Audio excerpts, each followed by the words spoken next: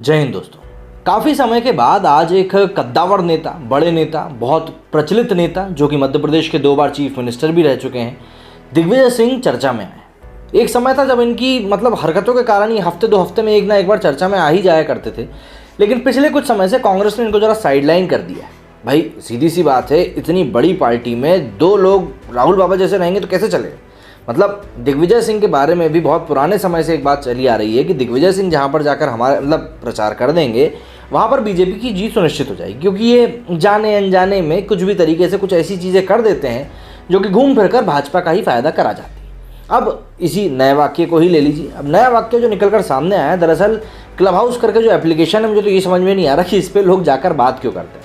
एक प्रशांत किशोर जी का एक ऑडियो वायरल हुआ जिसमें वो कह रहा था कि बंगाल में पूरी संभावना है कि मोदी जीत सकता है, वो लीक हुआ। उसके बाद अभी कुछ दिनों पहले भाई सो कॉल्ड इंटेलेक्चुअल पढ़े लिखे लिबरल्स का एक ऑडियो लीक हुआ जिसमें कि वो क्या बोलते हैं, संघी लड़कियों के बारे में बात करी जा रही थी। भाई वो भी लीक ही हुआ। अब एक बार फिर से ये चीज़ लीक हुई है।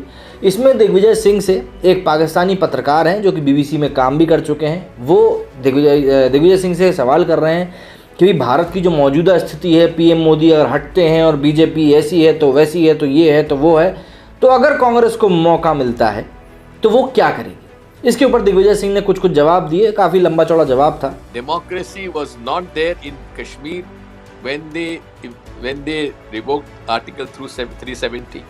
Insaniyat was not there because they put everyone behind bars. Because in a Muslim majority state, there was a Hindu Raja, and both worked together. In fact, the reservation in Kashmir was given to the Kashmiri Pandits in government services.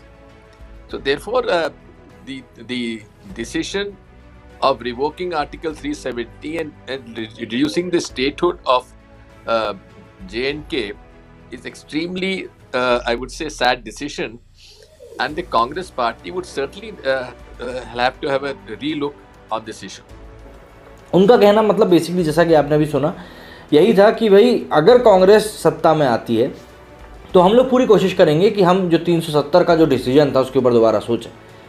उनका ये भी कहना था कि भाई जो कश्मीर है उसमें कभी डेमोक्रेसी रही ही नहीं है, एक हिंदू राजा था, कश्मीरी पंडितों के पास रिजर्वेशन था, सारी बातें थी। तो इस तरह से दिग्विजय सिंह ने एक बार फिर से अपनी ही पार्टी के लिए कब्र यहाँ पर खोद दी है। अब ये पूरी बात क्या हुई है ज़रा हम लोग इस रिपोर्ट के थ्रू समझते हैं। क्लब हाउस चैट का एक ऑडियो सोशल मीडिया पर तेज़ी से वायरल हो रहा है। इसमें कांग्रेस नेता दिग्विजय सिंह एक पाकिस्तानी पत्रकार से जम्मू कश्मीर से अनुच्छेद 370 हटाए जाने के फैसले पर बात कर रहे हैं। दरअसल राज्यसभा सांसद दिग्विजय सिंह देश विदेश के कुछ पत्रकारों से वर्चुअल बात कर रहे थे। इस दौरान पाकिस्तानी पत्रकार शहजेब जिलानी ने अनुच्छेद 370 से जुड़ा एक सवाल कांग्रेस महासचिव से पूछा था। अगर ये मौजूदा सरकार जाती है और भारत को पीएम मोदी से छुटकारा मिल जाता है तो कश्मीर पर आगे का रास्ता क्या होगा। मुझे पता है कि अभी भारत में जो हो रहा है उसके कारण ये हाशिए पर है, लेकिन ये एक ऐसा मुद्दा है जो दोनों देशों के बीच इतने लंबे समय से मौजूद है। वर्तमान में जर्मनी में रह रहे पाकिस्तानी पत्रकार शाहजेब जिलानी ने दावा किया कि वे मोदी के शासनकाल में राजनीति और भारतीय समाज के बदलते परिवेश से हैरान हैं।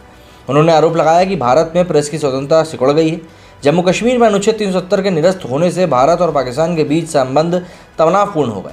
साथ ही उन्होंने ये भी कहा कि वे पिछले कुछ महीनों से देख रहे हैं कि कैसे मीडिया नरेंद्र मोदी सरकार के खिलाफ बोल रहा है। ट्विटर प्रोफाइल के अनुसार जिलानी बीबीसी के पूर्व संवाददाता हैं। वे पाकिस्तान, बेरूत, वाशिंगटन और लंदन में काम कर चुके हैं। इससे पहले वे DW न्यूज़ से जुड़े हुए थे। हालांकि कांग्रेस नेता दिग्विजय सिंह को अपना परिचय देते हुए जिलानी ने कहा कि वे वर्तमान में DW न्यूज़ के साथ काम कर रहे हैं और उनका जन्म पाकिस्तान के सिंध प्रांत में हुआ है। पाकिस्तानी पत्रकार के सवाल पर राज्यसभा सांसद ने कहा कि मैं ईमानदारी से मानता हूं कि जो चीज़ समाज के लिए खतरनाक है वो है धार्मिक कट्टरवाद, चाहे वो हिंदू हो, मुस्लिम हो, ईसाई हो, सिख हो या कुछ भी हो। धार्मिक कट्टरवाद नफरत की ओर ले जाता है और नफरत से हिंसा फैलती है।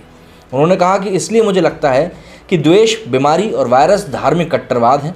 प्रत्येक समाज और धार्मिक समूह को ये समझना होगा कि हर व्यक्ति को अपनी परंपरा और विश्वास का पालन करने का पूरा अधिकार है। किसी को भी अपनी आस्था, भावनाएं, धर्म किसी पर थोपने का कोई भी अधिकार नहीं है।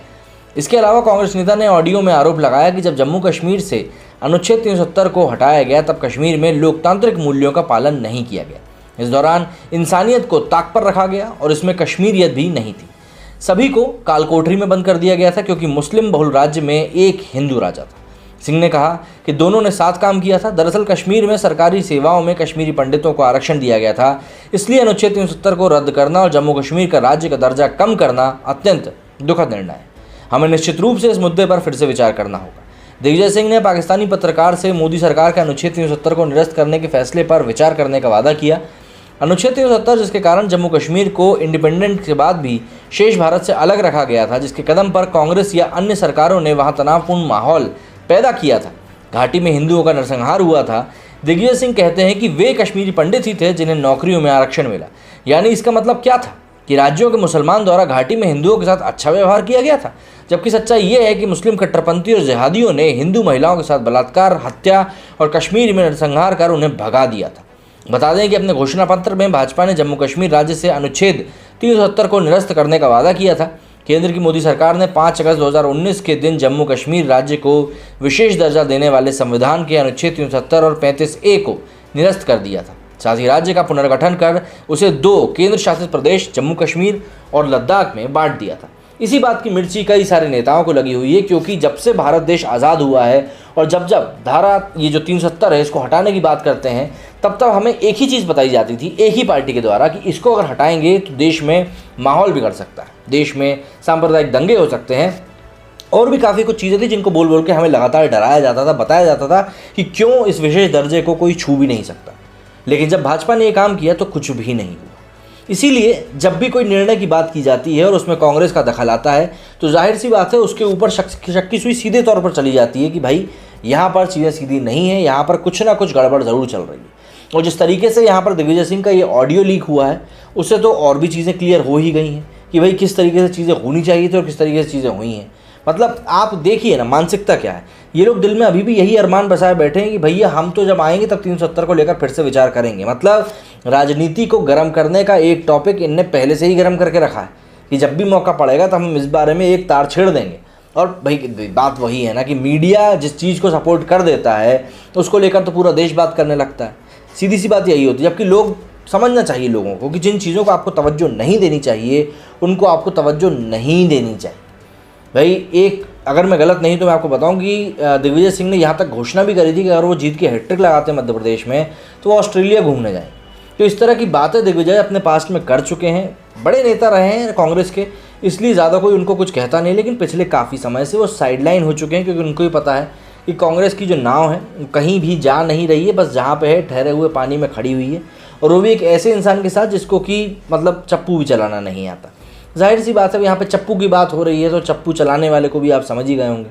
भाई देखिए नाव में अगर कोई व्यक्ति लीडरशिप की एक जिम्मेदारी लेकर बैठा हुआ है तो उसको चप्पू चलाना तो आना ही चाहिए। अगर उसको चप्पू चलाना नहीं आएगा तो नाव कहीं भी बढ़ नहीं पाएगी। और यही हालत इस समय कांग्रेस की भी हो रही है। और इसी के कारण अभी पिछले कुछ दिनों में जितिन प्रसाद ने भी पार्टी को छोड़ दिया था क्योंकि उनको भी समझ में आ गया था कि ये पार्टी कहीं नहीं जा रही है। उसके पहले ज्योतिरादित्य सिंधिया ने भी पार्टी को छोड़ दिया था। सचिन पायलट को भी लेकर लगातार अटकलें तेज़ हो रही हैं कि भैया वो भी कुछ ना कुछ कांड कर सकते हैं आने वाले दिनों में। तो इन सभी चीज़ों के कारण कांग्रेस में वैसे भी बहुत ज़्यादा हलचल मची हुई है और कांग्रेस नहीं चाहती कि उसको कहीं से कहीं तक भी किसी बड़े नेता को लेकर क्षति झेलनी पड़े, क्योंकि अभी वो इस हालत में है नहीं। मतलब ऐसा लग रहा है कि कांग्रेस पार्टी बस चल रही है कि चलने दो, गाड़ी है ठीक है, देखेंगे समझेंगे। देखते हैं अब दिग्विजय सिंह इसको लेकर क्या क्लैरिफिकेशन देते हैं। मेरी इस वीडियो में फिलहाल इतना ही। जय हिंद, जय भारत।